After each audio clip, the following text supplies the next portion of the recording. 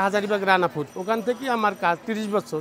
আমাদের দোকানে আপনার পেটিস, ডেনিস, রোল, বাকরখানি, ব্রেড, বাটার বন। বেকারিতে কাজ করার পরে দেখা যায় বেকারি যে মালগুলো আমরা দৈনিক উৎপাদন করি ওটা কনফেকশনারিতে আপনার 3 দিন 4 দিন থাকার পরে ওটা বিক্রি হয়। বিক্রি হওয়ার পরে আমার চিন্তাধারা ওই জায়গা থেকে যে আমরা টাটকা কিভাবে খাওয়াবো গ্রাহককে, তাজা, ওই চিন্তা থেকেই মনে করেন লাইভ বেকারি করা। আমি আসলে 1992 সালের থেকে কাজ শুরু করি ঢাকা হাজারিবাগ রানাপুর। ওখান থেকেই আমার কাজ 30 বছর। তারপর আসলাম জনাল market, Uttara জনাল market live bakery শুরু করি। ওখান থেকে একটা দেওয়ার পরে আসলাম দেওয়ান সিটি। এখানেও ভালো সাড়া পাইছি, কাস্টমার আসার চাইতেও বেশি। যতটুকু আশা করছি তার চাইতেও দ্বিগুণ। এর আশেপাশে কিন্তু অনেক আছে, কিন্তু তাদের চাইতে আমার রিভিউ অনেক ভালো। আমাদের দোকানে আপনার পেটিস, ডেনিস, রোল, বাকরখানি, ব্রেড, বাটার বন, এগুলো আর কি এই জাতীয়। ভবিষ্যতে আমাদের ফাস্টফুড আইটেমগুলি চালু করার পরিকল্পনা আছে। ফাটাফাটি খাইতে মুখে মানে এটা খাইতে খুবই ভালো লাগে, মানে রুচি সম্মিত।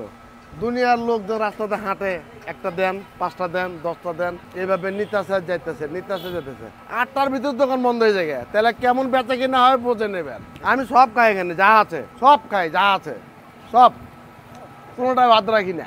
না এখনো প্রবলেম হয় নাই, তবে যদি হয় তাহলে তো দোকানের অবস্থা খারাপ করে আলাম। যদি এরকম কোনো খারাপ কিছু হয়, মানে এই রুটিটা খেয়েছি, ওই রুটিটা খেয়েছি, ওই রুটিটা খেয়েছি, প্যাটিস খেয়েছি, ওইটা খেয়েছি, ওইটা সবগুলাই খেয়েছি একটা একটা করে, কিন্তু কোনোটাতে এখন পর্যন্ত সমস্যা দেখা যায় নাই। যেটাই খাই সেটাই ভালো লাগে, যেটা খাই সেটা আর খাইবার ইচ্ছা করে। নতুন নতুন আনলে তো আরও ভালো।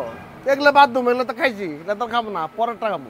আমরা যখন একটা বেকারি থেকে যে রুটিগুলো, বিস্কিটগুলো খাই, সেগুলো তো আমরা চোখে দেখি না। আর এটা আমাদের চোখের সামনে হচ্ছে, ঠিক আছে, সবাই দেখতেছে, ভালো না খারাপ সেটা মানে চোখের সামনে দেখেই বিবেচনা করে সবাই নিচ্ছে। সব খাবারই ভালো ইনশাল্লাহ। সবাই এই পর্যন্ত সবাই ভালো বলছে, কেউ খারাপ বলে নাই এই পর্যন্ত। আর আমরা এই পর্যন্ত কখনো খারাপ পাই নাই।